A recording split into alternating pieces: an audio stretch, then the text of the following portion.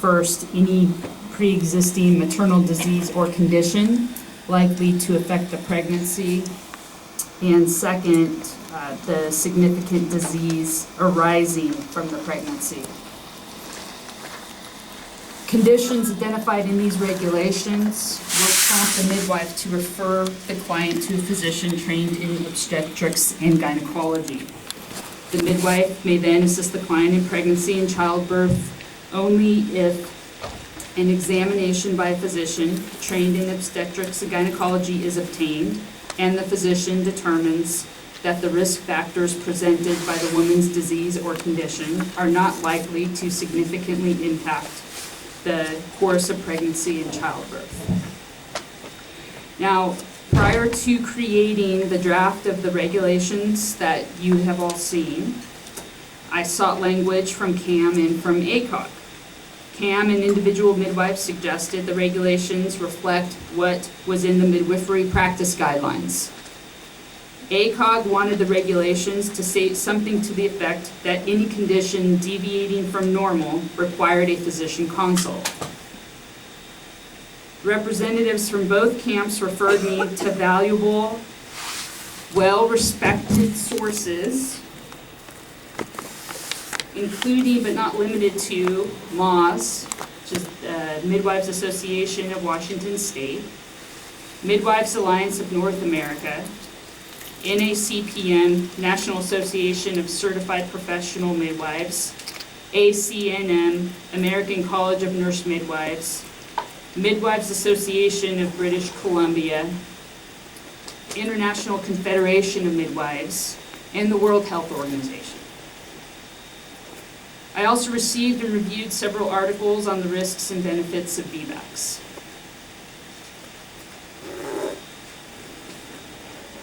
To come up with this draft language, I started with the midwifery practice guidelines and added conditions that appeared in the other sources that I thought needed to be discussed, keeping in mind the board's highest priority is consumer protection.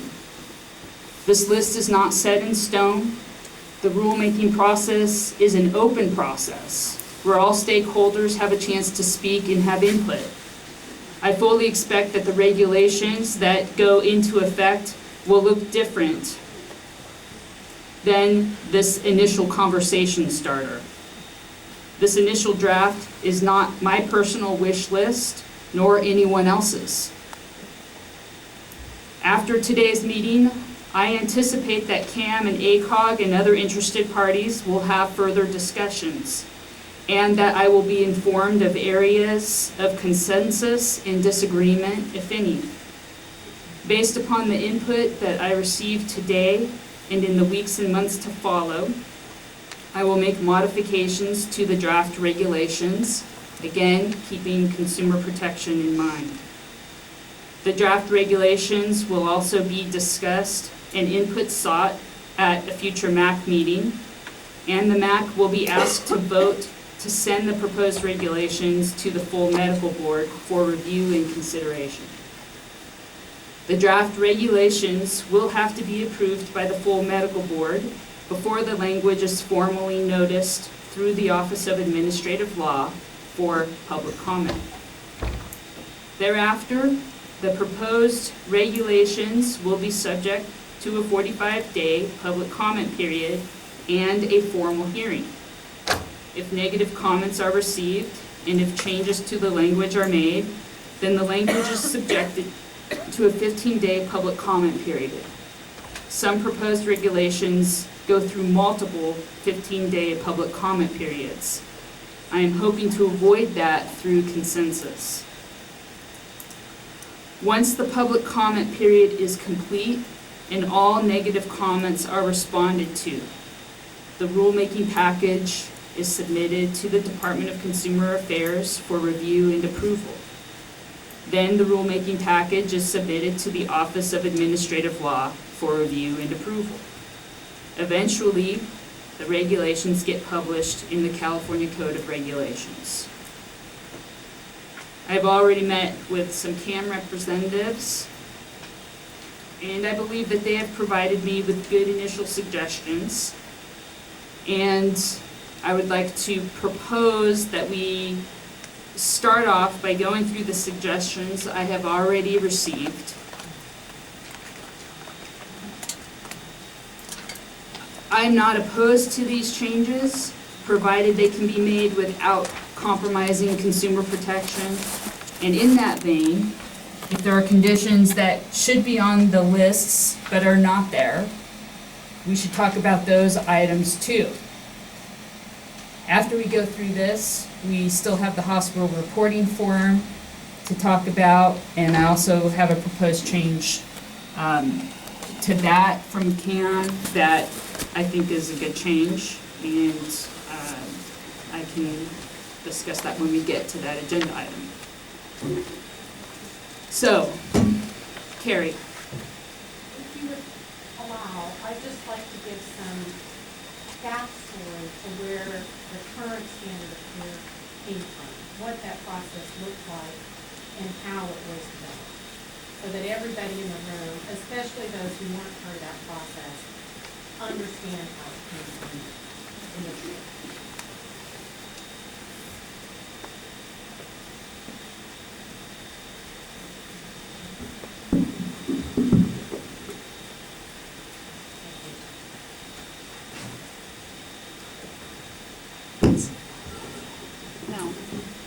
So, in 2001, SB 1950 mandated the medical board to adopt a standard of care for licensed midwives and an appropriate level of physician supervision.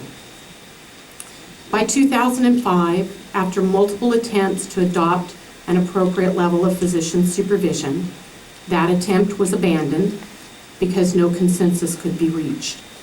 And the two issues were bifurcated so that a standard of care could begin to be developed. The reason that no consensus could be reached regarding an appropriate level of physician supervision is because there were no physicians in California who could provide physician supervision, in large part because of mandates from their malpractice insurers. In September of 2005, the Midwifery Task Force adopted the standard of care, which was in effect until January of this year. It is now, with a few modifications, titled the Licensed Midwife Guidelines.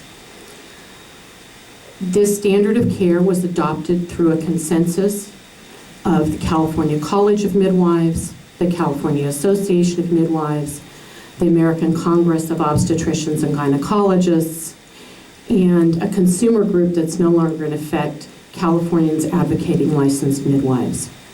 Those who worked on this included myself, Faith Gibson as chair of the California College of Midwives, and Ruth Haskins as the then District 9 representative of ACOG. Shannon Smith-Crawley also gave important input.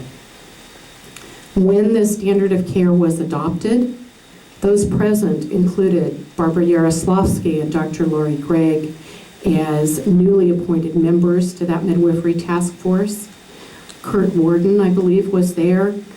I was there, Faith Gibson was there, and Ruth Haskins was also there. And she is now, as I understand it, California Medical Association's legislative chair. The standard of care that was adopted that day was created by consensus between these groups and with documents from many states who had such standards at the time, including the Midwives Alliance of Washington State and British Columbia. This document has been in place and used by licensed midwives for 9 years.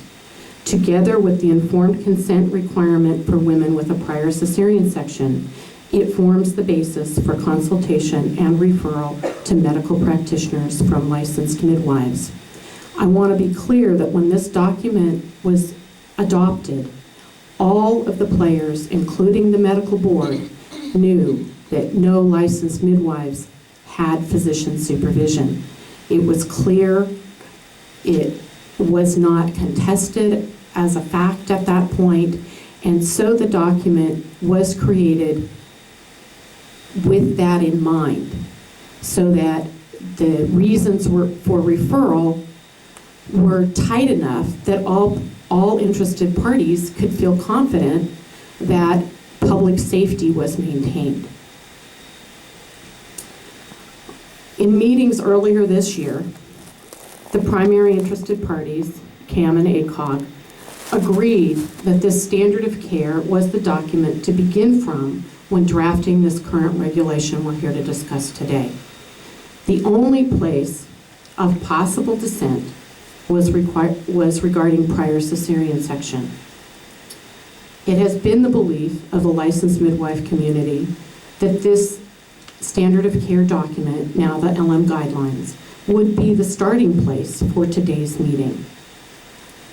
I would like to suggest, with all due respect to you, Carrie, because I really appreciate all the work you've done, that in the absence of compelling reasons not to use this document, that we begin there today.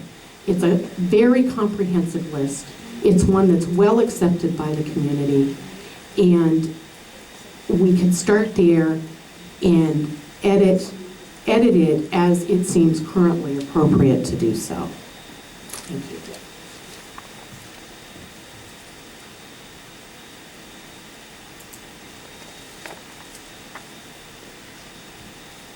Anyone else want to comment before I show what we've already talked about? Constance? CAM supports using the standard of care as a place to start as well.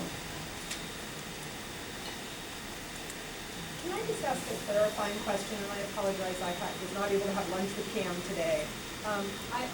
This reads like a list of reasons that we would not be able to take care of somebody, and yet there are some places in the law that it talks about requiring a consultation with a physician. I'm confused about whether this list is going to be all things that would prohibit us from taking care of someone, or things that would require us to consult a physician and possibly then continue care or maybe co-manage with a physician until past the point of danger or something like that. These are all things that would require consultation with a physician. So the two things that absolutely, well, three things that knock you out of sole care are multiple. Right, the things that are in the law, Right. clearly. So multiples, Non-vertex presentation and and the pre. 437 or SF 44. Got it. Thank you. See, you know exactly what I'm thinking. Oh, believe me, I have to talk about them all the time. So, my name is Leslie Nelson, I'm a licensed midwife. And the practice guidelines that, the interim practice guidelines have stated criteria selection for clients, which, you know, has the laundry list of pre-existing conditions. So that's already in there. This is reinventing the wheel. I think we need to go with that. Well, the process is, like I said, I started with it.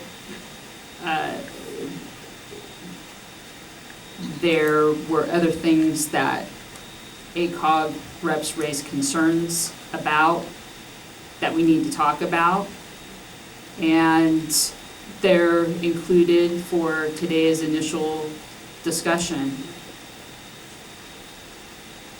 And my understanding of the process has been that CAM and ACOG and other interested parties tried to do some work on this, and I know that VBECs were an issue.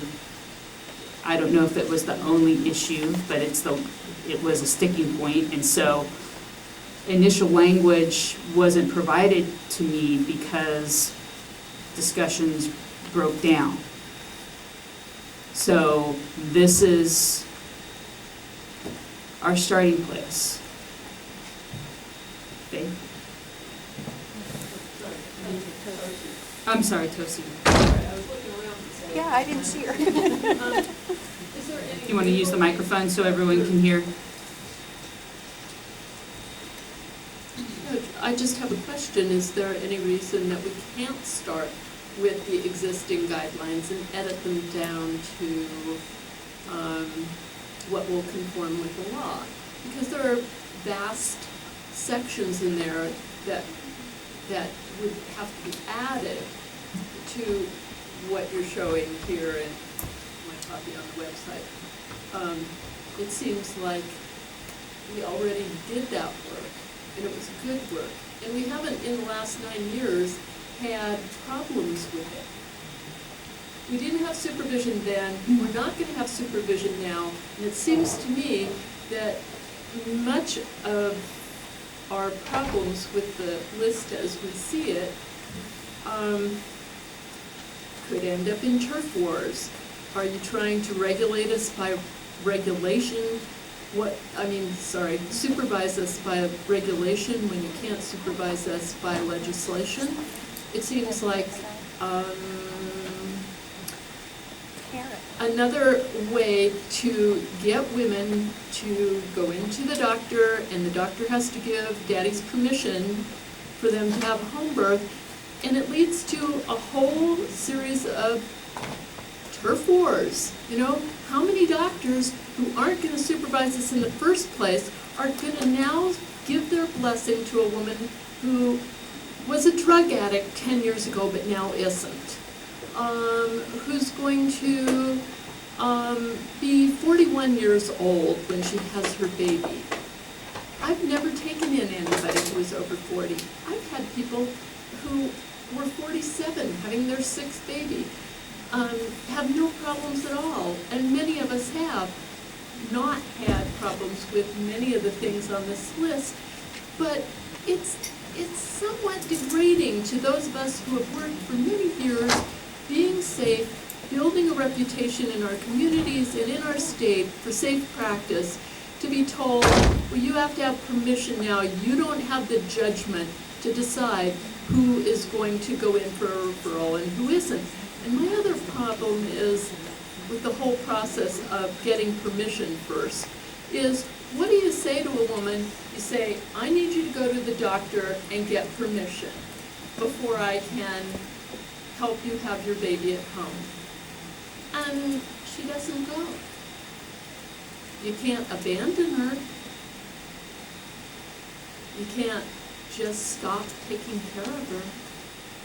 So there's this is fraught with a lot of problems, and that's all I have to say right now. I'll think more.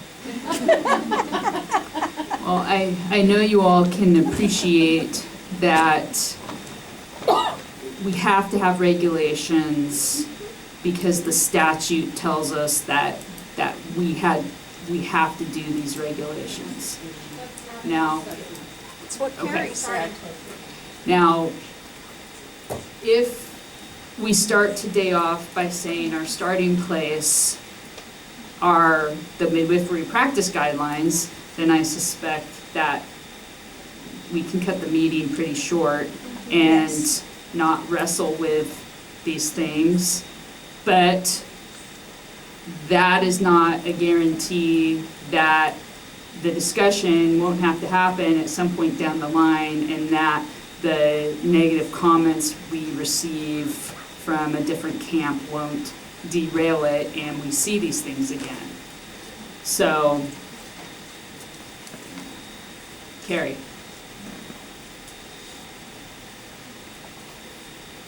So I have maybe a solution. Okay. What if we work at melding the two? Because your list is not exhaustive, and yet you're saying that there are things on this list that you've created that are important to ACOG.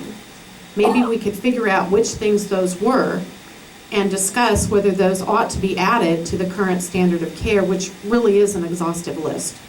And I don't think ACOG or anyone else would dispute whether or not it's an exhaustive list. It is, and it was developed that way. So how about that as a starting place? Carrie, did they agree? Did I hear you say that ACOG was involved in the process of the regs as they now stand, so that it's already Absolutely. gone through this process? Absolutely. Well, The current standard of care was developed in full concert and consensus with ACOG in 2005, with Ruth Haskins, Shannon Smith Crawley giving lots and lots of input to it with full understanding that nobody had supervision, okay? It wasn't like it was developed in a way that everybody thought, well, they're supervised and so that's gonna cover some of this stuff. It was not developed that way. It was absolutely known and understood we did not have supervision. And I think that we need to look at and honor what ACOG would like added. But I think that needs to be discussed in the vein that the current standard of care that we had until the beginning of this year was developed by consensus with ACOG. Right. And so unless they have some compelling reason why it's no longer any good, I don't see why we couldn't start there and figure out what's on this list that there's compelling reason to add to it.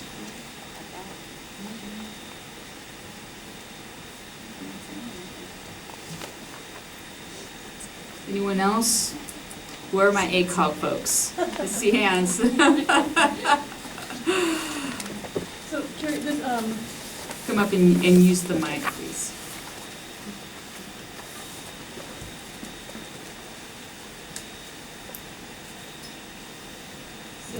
And you're welcome to sit Thank you. also.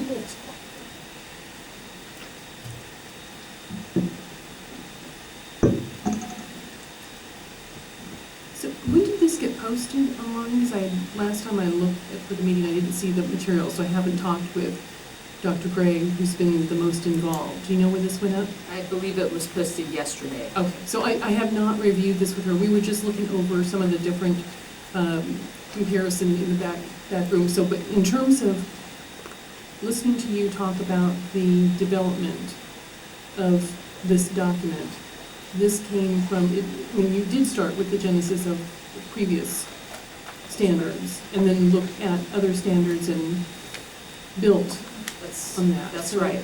There were conditions identified in these various standards from other states and other organizations that seemed like they were things we should at least talk about initially. And again, whether they're included or not, I hope that that decision comes about by consensus. So, just to be clear, not all of these things were suggested by ACOG, they were suggested from the data you had. That's right, and there are conditions on there that, per my meeting with Cam yesterday, that I think there's a good reason for them to come off or be reworded or be moved, and so, you know, I'm prepared to discuss that if people want to do that.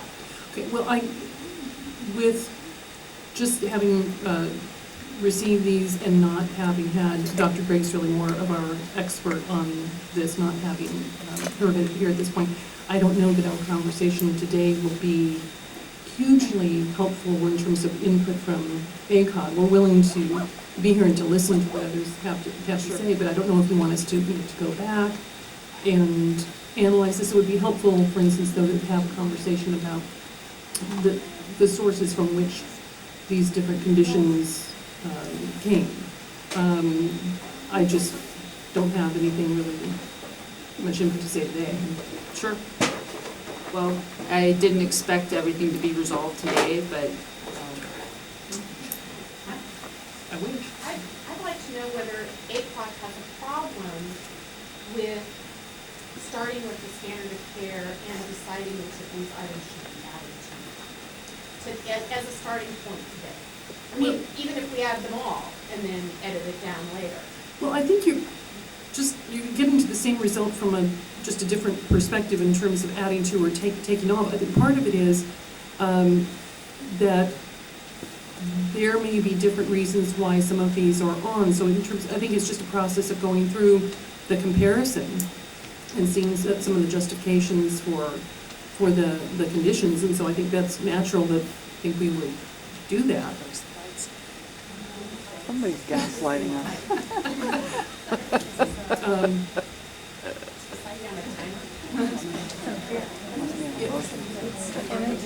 Yeah, you're just trying to make sure people are awake. So I think it's In looking, is 6 pages Right. of conditions. This is, Well- a page and a half. And so I think that in the end, we're gonna be adding to one or the other, and it seems reasonable to start with the larger one and add this rather than Well, you know that all 6